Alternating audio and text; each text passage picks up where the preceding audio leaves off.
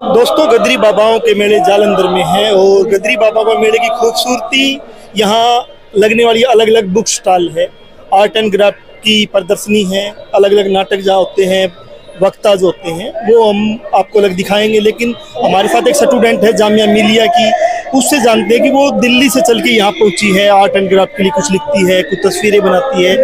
क्या विश्वविद्यालय ने उनको कुछ मदद की है या उसका एम क्या है। आप जामिया से यहाँ आए हैं? जी मैं क्या क्या यहाँ खूबसूरती जो आप आती है? पहले मैं छात्र संगठन में काम करती थी दिल्ली यूनिवर्सिटी में, तो मैं उनके साथ आई थी पहली बार यहाँ पर। मुझे वहीं से जानने को मिला, भगत सिंह छात्र एकता मंच में मैं काम करती थी, तो यहाँ आके मुझे पता चला कि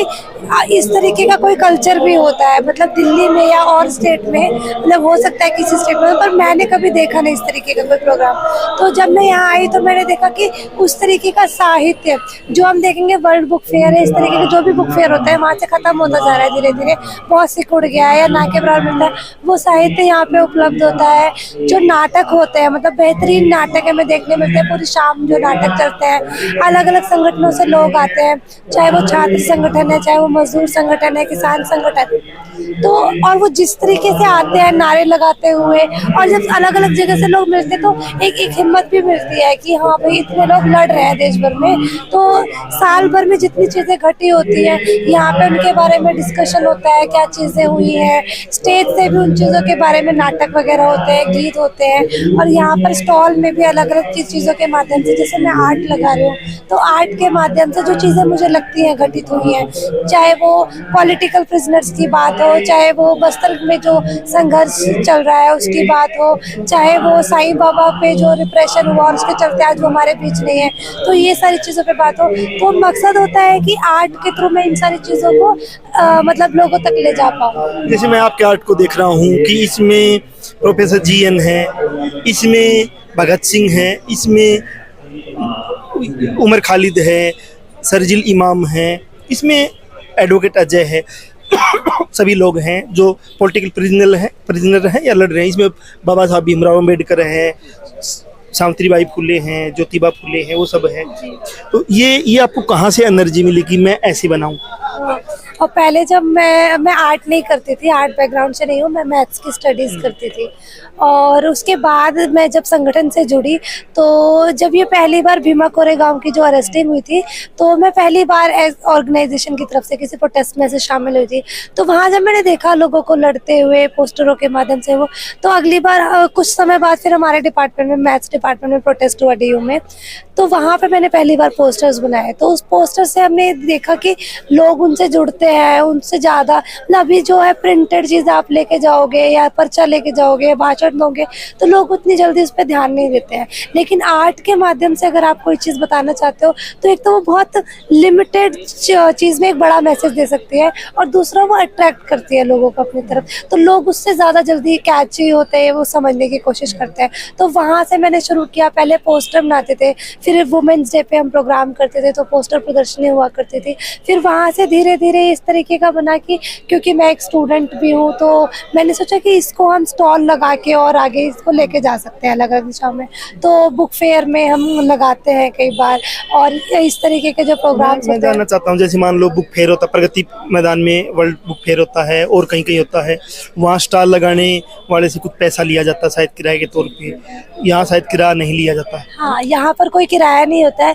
और मुझे लगता है ये यहाँ की सबसे बेस्ट चीज़ भी है कि यहाँ पर रहने का सुविधा भी है, आप खाना भी यहाँ खा सकते हो, तो मतलब आपको बहुत सारी ये होता है, ज़्यादातर जो संगठन काम कर रहे होते हैं, मैं संगठनों की बात ज़्यादा करूँगी, कि वो दिक्कत होती है सर्वाइवल की, कि अगर आप संगठन के लोगों को लेके आ रहे हो, 20-30 लोग आ रहे हैं, तो वो कहाँ रहेंगे, उनका खाने का कैसे होगा, तो वो चीज़ नहीं होती है यहाँ पे, तो वो चीज़ मैंने यहाँ बहुत अच्छी देखी, मुझे अच्छा लगा। पूछ रहा हूँ, आपकी यूनिवर्सिटीज की तरफ से जहाँ पढ़ते हो कुछ मदद की जाती है इसमें कि आप एक अच्छी आर्ट कर रहे हो, कुछ मदद या मेले में जा रहे रहे हो कुछ नहीं नहीं नहीं, इस तरीके का कुछ नहीं होता है। इनफैक्ट अगर उन्हें पता चलेगा कि इस तरीके की चीजें हैं, अगर डिपार्टमेंट में ज्यादा लोगों को पता चलता है तो वो इसके एंटी ही काम करेंगे। हो सकता है डिपार्टमेंट में मेरे साथ किसी तरीके का बिहेव किया जाने लगे अलग, क्योंकि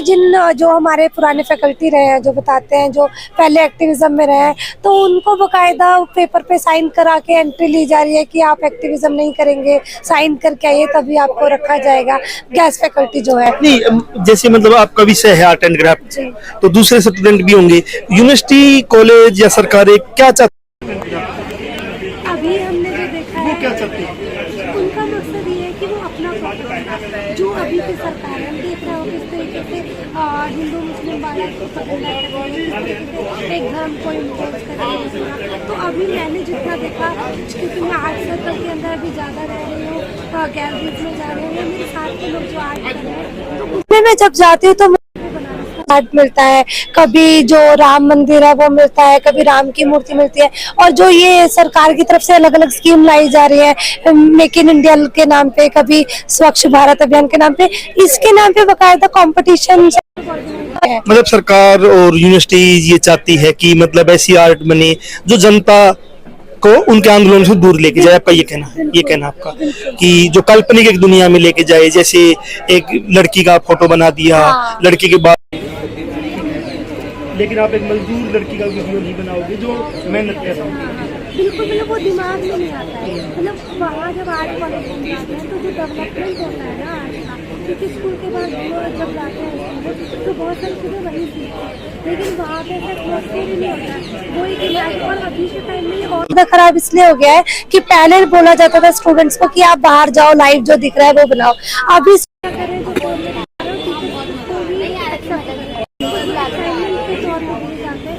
वो टॉपिक नहीं दिए जाते, तो आपको बोल दिया जाएगा कि कंट्रोवर्शियल टॉपिक मत चुनिए। तो आप पॉलिटिकल है, हम मानते हैं कि समाज को डेवलप करने में अपना रोल है, चाहे वो पेंटिंग हो, चाहे वो गीत हो, ये सारा जो सांस्कृतिक चीजें ये समाज को बिल्ड करने में। सिंधु सभ्यता की कलाकृतियां देखते हैं, दीवारों पे जो खेली गई है, उसी से पता चलता है उस टाइम समाज का क्या क्या रिश्ता होगा। पूछना हूँ कि आपकी एक आर्ट गैलरी लगी हुई है, साथ में ही दूसरी आर्ट गैलरी देखना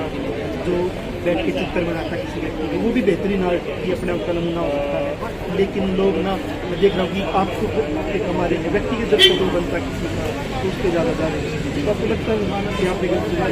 नहीं, मुझे नहीं लगता, क्योंकि जो आज के पीछे मेरा मकसद है वो सफल होगा। क्योंकि जब परसों मैं यहाँ हूँ और जब लोग आते हैं और वो अप्रिशिएट करते हैं, मतलब बहुत सारे लोग ऐसे हैं जो मतलब वो खरीदेंगे नहीं खरीदेंगे वो अलग मसला है। हो सकता है कि मैं इतना कर पाऊँ, बाकी लोगों से आधा भी ना वो हो पाए सेल मेरा, लेकिन मेरा जो मकसद है वो फुलफिल होता है, क्योंकि लोग पढ़ के जाते हैं, फोटोज लेके जाते हैं, और वो जब वो फोटोज लेके जाते हैं वो किसी को दिखाएंगे, कहीं पोस्ट करेंगे, तो बात लोगों तक जाएगी। जो आप लिख रहे हो, जो इनके ऊपर लिख रहे हो, ये आइडियाज कहाँ से आता है? आइडियाज ये कुछ किताबें जो है पढ़ते हैं, कुछ हम सुनते, जैसे मैंने कई बार कुछ फेमस कवि जो लिखते रहे हैं उनको मैंने प्रोटेस्ट के पोस्टरों में देखा है कि वहाँ उनकी कोई कोटेशन ली जाती है, तो मैंने उस राइटर को फिर उठाया कि हाँ इनका क्या क्या अच्छा राइटिंग्स है, तो उनको पढ़ा, फिर वहां से उठा के उसको लिया है। कई बार हम ऐसे यूट्यूब या सोशल मीडिया स्क्रॉल कर रहे होते तो वहाँ हमें कुछ अच्छा मिल जाता है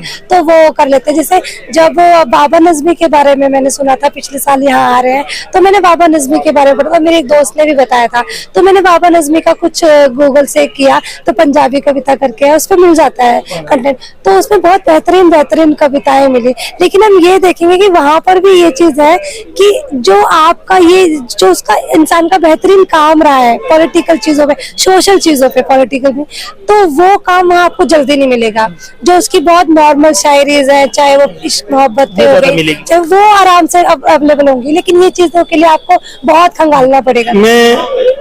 मैं देख रहा हूँ कि मैं जब ये स्टॉल पे आया तो यहाँ सरजुल टेकराम का एक पोस्टर बना हुआ है, और सरजुल टेकराम के जो नीचे जो लाइनें लिखी गई है वो जनवंश पे उसका एक इंटरव्यू था, उसी से इन्होंने ली है। तो मेरा सवाल ये था कि लेते कहाँ से है। और मैं एक आखिरी सवाल कर रहा हूँ कि आप लगातार इस मेले में आ रहे हो, क्या चेंज देख रहे हो लोगों के, क्योंकि जिस प्रकार सोशल मीडिया आया है, लोगों का टाइम फोन में ज्यादा जा रहा है, तो उसमें क्या बदलाव देख रहे हैं? क्या लोग कला के द्वारा, कला के साथ जुड़ रहे हैं या दूर होते जा रहे हैं? पहले के मुकाबले मुझे कम लग रहा है। वो कला के लिए भी है और जो माहौल है इस मेले का उसके लिए भी है। मतलब मुझे ऐसा लगता है कि अभी यहाँ पे ये इसका भी पूरा मार्केटाइजेशन हो गया है। जो स्टॉल लगते हैं यहाँ पे वो पहले शायद इस मकसद से नहीं लगते होंगे जिस मकसद से अब लग रहे हैं, क्योंकि मैं यहाँ 3-4 साल से आ रही हूँ और जो मैं अभी हर आते साल में महसूस जितना ज्यादा कर रही हूँ कि लोग सिर्फ यहाँ पैसे के लिए स्टॉल लगा रहे हैं, फिर चाहे वो कुछ भी बिक रहा हो, किसी चीज का कोई मकसद नहीं है उसका समाज में भी मतलब, लेकिन वो फिर भी बेचने के मकसद से आ रहे हैं। तो मुझे लगता है कि वो और लोग खरीदने वाले लोग भी अगर देखें तो उस तरफ उनका झुकाव ज्यादा बढ़ा है। तो उसमें कहीं ना कहीं हमारा फेलियर है कि हम उन चीजों को शायद सही तरीके से नहीं कर पा रहे हैं कि लोगों के बीच उसको जिस तरीके से जाना चाहिए। जैसे इस मेले का अपना इम्पोर्टेंस है कि वो क्यों होता है, तो वो एक रस्म अदायगी की तरह ना हो, वो जो इम्पोर्टेंस रहा है उसमें उसी जान के साथ अगर हर साल होगा तो शायद लोग ज्यादा आएंगे और ज्यादा जुड़ेंगे। क्योंकि मैं भी जब इस बुक स्टॉल पे अलग अलग देख रहा हूँ तो ऐसी बुक्स जो क्रांतिकारी बुक्स यहाँ मानी जाती रही है वो बुक्स, आज मैं एक बुक्स मैंने ली है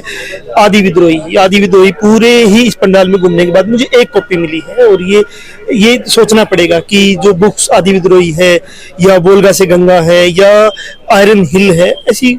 अनेकों पुस्तकें जिनका नाम लिया जा सकता है, वो पुस्तकें यहाँ देखने को नहीं मिली है। और नक्सलबाड़ी का जो साहित्य है, पंजाब का एक सुनहरा दौर रहा है नक्सलबाड़ी का साहित्य, नक्सलबाड़ी का आंदोलन एक क्रांतिकारी आंदोलन यहाँ रहा है, उसकी पुस्तकें मैं यहाँ स्टॉलों पे नहीं देख रहा हूँ। और जिस प्रकार से गदरी बाबाओं का एक नास्तिकता की तरफ बढ़ता आंदोलन था, उसमें कहीं ना कहीं धार्मिकता का पुट भी यहाँ पर बुक्स में स्टॉलों में मैं देख रहा हूँ। तो इनका जो सवाल है कि ये मेले को कॉर्पोरेटाइजेशन की तरफ जैसे पुस्तक अगर वो चलेगी तो फिर कहीं ना कहीं वो जो